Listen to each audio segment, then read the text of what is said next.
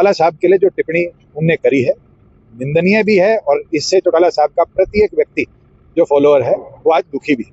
रामकुमार गौतम का बेटा वकील है और शायद रामकुमार गौतम खुद वकील। रामकुमार गौतम को पता होना चाहिए चौटाला साहब का अगर एजी कोई था तो आज वो इस देश के chief justice of India Suryakant ji है, जो कि ब्राह्मण कम्युनिटी से आते हैं। इस तरह की छोटी ओछी सोच से समाज का बंटवारा करेंगे, इसके लिए स्वयं आज मेरी ओर से उनको लीगल नोटिस भी इशू होगा, और सामाजिक माफी मांगने के बाद उसके ऊपर हम क्रिमिनल डेफेमेशन का केस उनके ऊपर करेंगे।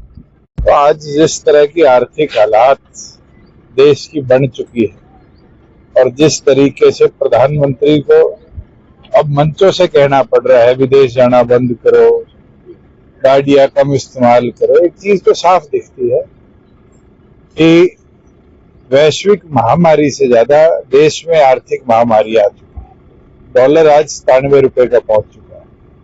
तेल की किल्लत शुरू हो रखी है। चंडीगढ़ में पेट्रोल पंपों में 1500 रुपए का पेट्रोल ही दिया जाएगा, इस तरह के नोटिस लग चुके। आज हालात ऐसी है कि गैस सिलेंडर 3-3 हजार का ब्लैक में आम नागरिक को मिल रहा है, और दूसरी ओर उस व्यवस्था सुधारने की बजाय लोगों को तो सलाह दी जाती है विदेश मत जाओ, स्वयं विदेश जाने का काम प्रधानमंत्री कर पेट्रोल के लिए।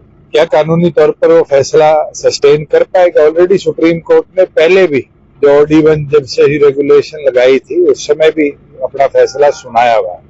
और जब कोई आदमी 10 साल तक का रोड टैक्स जमा करा देता है, उसकी गाड़ी को सड़क से कैसे हटाएंगे?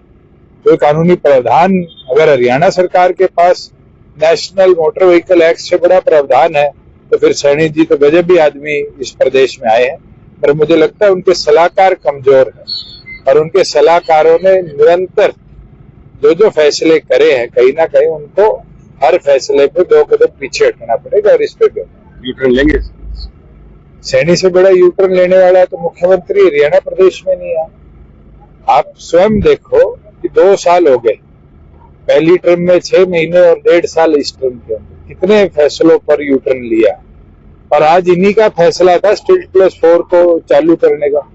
उस कारण क्या हरियाणा प्रदेश के हरियाणा अर्बन डेवलपमेंट अथॉरिटी जो पहले था या HSVP जो आज है, कितने लोगों के रिहायशी बड़े हुए घरों के बाहर तोड़फोड़ चल रही है। एक दहशत का माहौल है हर शहर में कि कल हमारे घर का बारना ना तोड़ जाए। इस यूटर्न सरकार के फैसलों का तो नतीजा है।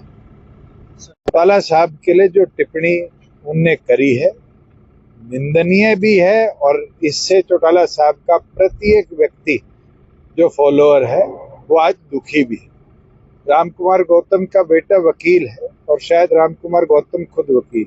रामकुमार गौतम को पता होना चाहिए चौटाला साहब का अगर एजी कोई था तो आज वो इस देश के chief justice of India Suryakant ji है, जो कि ब्राह्मण कम्युनिटी से आते हैं। तो इस तरह की छोटी ओछी सोच से समाज का बंटवारा करेंगे, इसके लिए स्वयं आज मेरी ओर से उनको लीगल नोटिस भी इशू होगा, और सामाजिक माफी मांगने के बाद उसके ऊपर हम क्रिमिनल डेफेमेशन का केस उनके ऊपर करेंगे।